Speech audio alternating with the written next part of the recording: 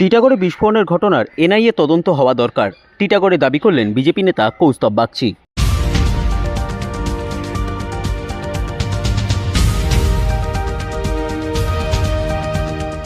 সোমবার সকালে টিটাগড় পৌরসভার 4 নম্বর ওয়ার্ডের অন্তর্গত বাঁশবাগান এলাকায় একটি আবাসনের 6 তলায় বিস্ফোরণের ঘটনা ঘটে।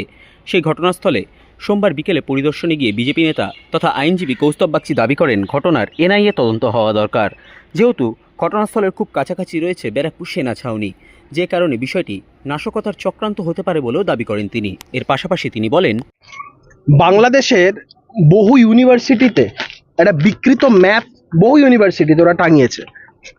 একটা ইংলিশ ডেলি পত্রিকাতে আজকের খবর হচ্ছে তুরস্ক থেকে এই সমস্ত জঙ্গি বাহিনীদেরকে ফান্ড করা হচ্ছে এবং বাংলাদেশ যে বিকৃত ম্যাপটা করেছে সেই ম্যাপের মধ্যে গ্রেটার বাংলাদেশের হিসাবে পশ্চিমবঙ্গকেও তারা ইনক্লুড করেছে। এখন এই ধরনের জঙ্গি কার্যকলাপ সেটা ওইটার নাম দিয়েছে সালতানেতে বাংলা। কোথাও সালতানেতে বাংলা, কোথাও আনসারুল বাংলা থেকে শুরু করে এই ধরনের বিভিন্ন জঙ্গি কার্যকলাপ চতুর্দিকে চলছে এবং আমাদের এটা আশঙ্কা যে এই ঘটনা, এই যে বিস্ফোরণ, এটা কোনো ছোটখাটো বিস্ফোরণ নয়।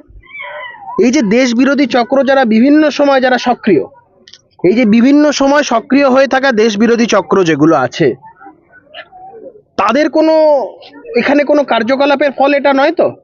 আমি এবং এই ব্যারাকপুরের প্রাক্তন সাংসদ অর্জুন সিং মহাশয়, তিনিও আর্মি ইন্টেলিজেন্সের কথা বলেছেন এবং আমি বলছি যে এনআইএ তদন্ত হওয়া দরকার। এই গোটা ঘটনায় এনআইএ তদন্ত হওয়া দরকার। তার কারণ হচ্ছে আনসারুল বাংলা, তথাকথিত সালতানেতে বাংলা এবং অন্যান্য যারা বিচ্ছিন্নতাবাদী সংগঠন, যারা দিনের পর দিন দেশকে দুর্বল করার চেষ্টা করছে, দেশকে ভেঙে টুকরো টুকরো করার চেষ্টা করছে, তারা বিভিন্ন জায়গায় বাংলার বিভিন্ন প্রান্তে ছড়িয়ে আছে এবং মমতা বন্দ্যোপাধ্যায় হচ্ছেন এই রাজ্যের মুখ্যমন্ত্রী, হচ্ছেন এদের সবার অনুপ্রেরণা এবং মমতা বন্দ্যোপাধ্যায়ের অনুপ্রেরণাতেই কখনো খাগড়াগড় বিস্ফোরণ, কখনো এই ধরনের ঘটনা। এবং বহু ক্ষেত্রে দেখা যায় যে ধরুন এই নিষিদ্ধ সংগঠন যেমন মনিরুল ইসলাম হচ্ছে তৃণমূল কংগ্রেসের ফারাক্কার এমএলএ, তার সাথে পিএফআই এর যোগাযোগ। শামশেরগঞ্জ ধুলিয়ানে দাঙ্গা করতে সেই ধুলিয়ান পৌরসভার চেয়ারম্যানকে একটা বড় ভূমিকা নিতে দেখা যায়। তো এই সমস্তগুলো দেখে যেটা এক কথা বলা যায়, দেখুন এখনো আমরা কথা বলছি, চাঙড় ভেঙে পড়ছে। এই যে পরিস্থিতি আজকে, এই মানুষজনগুলোর কি হতো, এই অবস্থা কি হতো যদি মানুষজন থাকতো এখানে। তো এটা কোনো ছোট ঘটনা নয়। অর্জুনবাবু বলেছেন, আর্মি ইন্টেলিজেন্স এই বিষয়টার কথা বলেছেন, আমি বলছি এনআইএ তদন্ত হওয়া দরকার। কারণ এই ব্যারাকপুর ভৌগোলিকভাবে যেখানে অবস্থিত, পাশেই হচ্ছে ব্যারাকপুর ক্যান্টনমেন্ট এবং সেটা ওয়ান অফ দি ওল্ডেস্ট এবং one of the largest cantonment. এখানে বড় একটা আর্মি ক্যাম্প আছে। আমরা জানি এই মুহূর্তে পাকিস্তানের সাথে ভারতবর্ষ অপারেশন সিন্দুর সেটা কিন্তু এখনো থেমে যায়নি, স্থগিত আছে। উল্টো দিকে আমরা জানি যে বাংলাদেশের সাথেও ভারতবর্ষের একটা টালমাটাল পরিস্থিতি চলছে। ভারতবর্ষ সমস্ত ইম্পোর্ট ব্যান করে দিয়েছে বাংলাদেশের। এমত অবস্থায় তাদের না খেতে পাওয়ার মতন অবস্থা তৈরি হচ্ছে। সেই জায়গাতে ওরা রিটালিয়েশন করতে চাইবে, এই রাজ্যে বিভিন্ন তাদের জঙ্গি সংগঠনের যারা সদস্য আছে তাদেরকে অ্যাক্টিভ করতে চাইবে। এবং আমি বলছি এই যে সালতানেতে বাংলা বা হচ্ছে গিয়ে আনসারুল বাংলা বা অন্যান্য যে সমস্ত সংগঠনগুলো আছে, লস্করি তৈবা থেকে সমস্ত, এদের কোনো কার্যকলাপ এইখানে হচ্ছিল কিনা এই বিষয়গুলো দেখা উচিত। কারণ যেই ঘটনার সাথে জড়িত তৃণমূল কংগ্রেসের কাউন্সিলর, সে বিভিন্ন জেহাদি কার্যকলাপের সাথে জড়িত বলে আমাদের কাছে খবর আছে। এ একজন মানে একদম দাগি ক্রিমিনাল। এর আগে বহু ক্রিমিনাল কেস তার বিরুদ্ধে আছে, এমন না সে কোনো ভদ্রলোক। বহু ক্রিমিনাল কেস তার বিরুদ্ধে আছে এবং এনডিপিএস কেস থেকে শুরু করে বহু। এবং এই ধরনের মানুষজন, তার সাথে কোনো জঙ্গি যোগ আছে কিনা এই বিষয়টাও খতিয়ে দেখা উচিত। এবং শুধু ওই কাউন্সিলর না, আরো অন্যান্য কোন নেতার এদের মাথায় হাত আছে তাদেরকেও জিজ্ঞাসাবাদ করা উচিত। কারণ এদের কাছে দেশের থেকেও বড় হচ্ছে নিজেদের রাজনৈতিক স্বার্থ চরিতার্থ করা। এদের কাছে দেশ কিচ্ছু, এদের কাছে কোনো ভ্যালু নেই দেশে।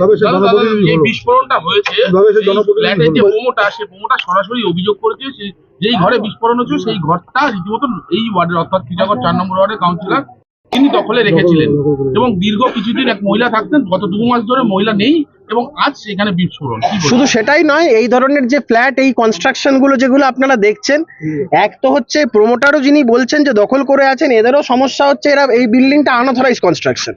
এই যে মাথার উপরে আপনি যে কনস্ট্রাকশনটা দেখতে পাচ্ছেন ছাদের, তার কোনো স্যাংশন প্ল্যান নেই। Any construction divide sanction plan, সেটাকে আনঅথরাইজড কনস্ট্রাকশন বলে। এই টিটাগড়, ব্যারাকপুর বিভিন্ন জায়গায় পৌরসভার চেয়ারম্যানরা, কাউন্সিলররা পয়সা খেয়ে এরকম বিভিন্ন এই সমস্ত আনঅথরাইজড কনস্ট্রাকশন করে এবং এদের বেআইনি কার্যকলাপগুলোর সুযোগ নিয়ে তৃণমূলের নেতারা তাদের উপর একটা প্রেশার ক্রিয়েট করে। সেই প্রেশার ক্রিয়েট করবার ফলে আজকে দখল করে রাখতে হয়েছিল কাউন্সিলর দখল করেছে, প্রমোটারকে এতদিন চুপ করে থাকতে হয়েছে। আমি বলবো এই প্রমোটার কাউন্সিলর সবাইকে জিজ্ঞাসাবাদ করা উচিত। আমি বলবো তাদেরকে গ্রেপ্তার করে কাস্টাডিতে নিয়ে জিজ্ঞাসাবাদ করা উচিত।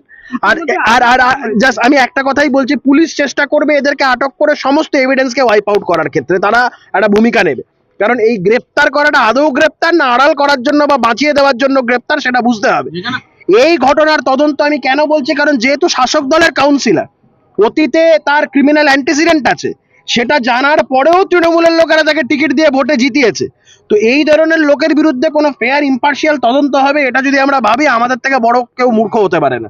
তাই বলছি এনআইএ তদন্ত হওয়া দরকার। কারণ এই ধরনের যা বিস্ফোরণ যা তীব্রতা, যেভাবে দেখতে পাচ্ছেন একটা গোটা দেওয়াল খসে পড়েছে, বাড়ির উপরে ভেঙে পড়েছে, এটাতে আমি বলছি আমরা এখানে খুব স্যাঙ্গুইন ভাবে বলতে পারি যেই ধরনের কার্যকলাপ চতুর্দিকে চলছে এবং যেই ভদ্রলোক কাউন্সিলর যার দখলে এই জায়গাটা ছিল, কোনো মানে সন্দেহের অবকাশই নেই এই ধরনের জঙ্গি যোগ থাকলেও থাকতে পারে এবং এনআইএ ছাড়া কেউ এই তদন্ত করতে পারে।